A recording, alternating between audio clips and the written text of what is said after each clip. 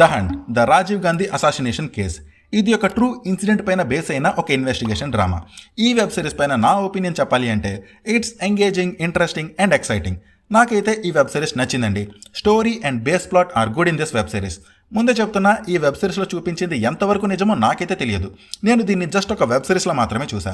Narration was very good in this web series. From the very first episode ఈ web series నన్నైతే బాగా engage చేసింది.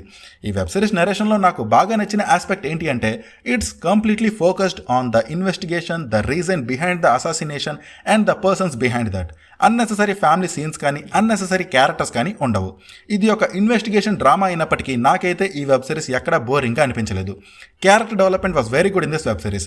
ఈ web series ఉండే ఈచ్ అండ్ ఎవ్రీ క్యారెక్టర్ని చాలా బాగా డెవలప్ చేసి ప్రెజెంట్ చేశారు. Performances are very good in this web series. ప్రతి ఒక్కరూ తమ బెస్ట్ ఇచ్చారు. ఈ వెబ్ సిరీస్ డీటెయిల్ రివ్యూని ఛానల్లో అప్లోడ్ చేశా అండ్ ఈ షార్ట్ రిలేటెడ్ ఐటమ్స్లో కూడా యాడ్ చేశా. Please do watch it.